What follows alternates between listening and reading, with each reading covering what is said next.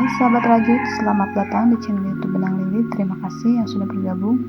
Di video kali ini saya akan membahas alat apa saja yang harus sahabat siapkan untuk belajar merajut. Dimulai dengan hakpen. Biasanya untuk sahabat pemula itu menggunakan hakpen ukuran 3 atau 4. Ukurannya juga bervariasi mulai dari 0,6 mm sampai 10 mm. Nah, ada yang memiliki dua ukuran sekaligus seperti ini. Setiap ujungnya berbentuk pengait. Ada juga yang hanya memiliki satu ukuran. Nah, jika sahabat rajut ingin membuat nanti hasil rajutannya itu rapat, berarti sahabat rajut harus menggunakan hakpen yang ukurannya lebih kecil. Sebaliknya, jika sahabat rajut ingin membuat hasil rajutannya nanti itu agak renggang, berarti sahabat rajut harus menggunakan hakpen yang ukurannya lebih besar. Cara untuk memegang hakpen itu ada yang seperti ini. Jari tengah ini biasanya untuk menahan si benangnya supaya tidak lari-lari. Run, Forrest, run!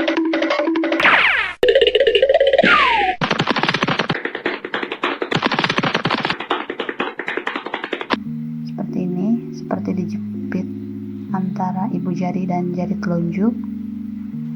Dan ada juga yang seperti digenggam seperti ini.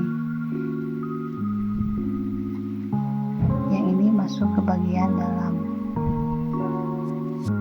seperti ini. Selanjutnya yang harus ada, yang pastinya itu benang. Nah, benang untuk sahabat rajut pemula yang pasti harus menggunakan benang-benang yang warnanya itu lebih cerah. Supaya apa? Supaya nanti sahabat rajut itu bisa mengetahui setiap lubang-lubangnya itu, biar tidak salah menusukkan si jarum ke dalam lubang-lubangnya itu. Benang juga banyak variasinya, mulai dari benang katun, benang linen, benang wool, dan salah satu contohnya ini yang saya punya itu benang polyester ukuran D27. Lanjut, sahabat rajut juga harus punya meteran. Ini untuk mengukur nanti hasil rajutannya supaya hasilnya itu nanti sesuai dengan keinginan. Selanjutnya, korek api ataupun gunting. Ini untuk memutus benang nanti di akhir rajutan. Nah, selanjutnya itu ada peniti untuk menandai rajutan yang kita buat, dan juga jarum tapestri. Ini juga fungsinya untuk merapihkan nanti sisa-sisa benang pada hasil rajutan. Bentuknya seperti ini. Lubangnya ini agak besar dan ujungnya ini tumpul.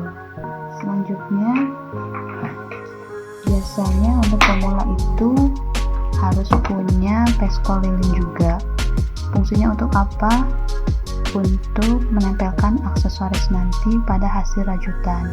Semisal sahabat rajut ingin membuat bros, pasti membutuhkan lem lilin untuk menempelkan seperti manik-maniknya atau penitinya. Seperti yang saya punya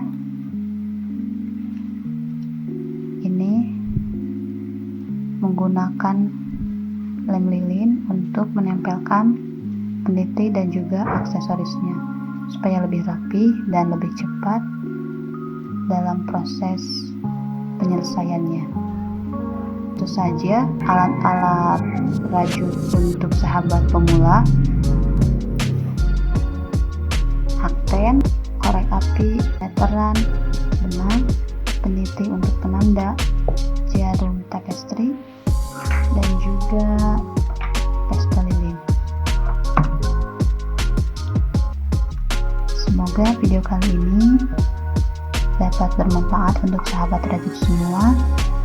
Terima kasih sudah menonton video kali ini dan nantikan video-video kami selanjutnya.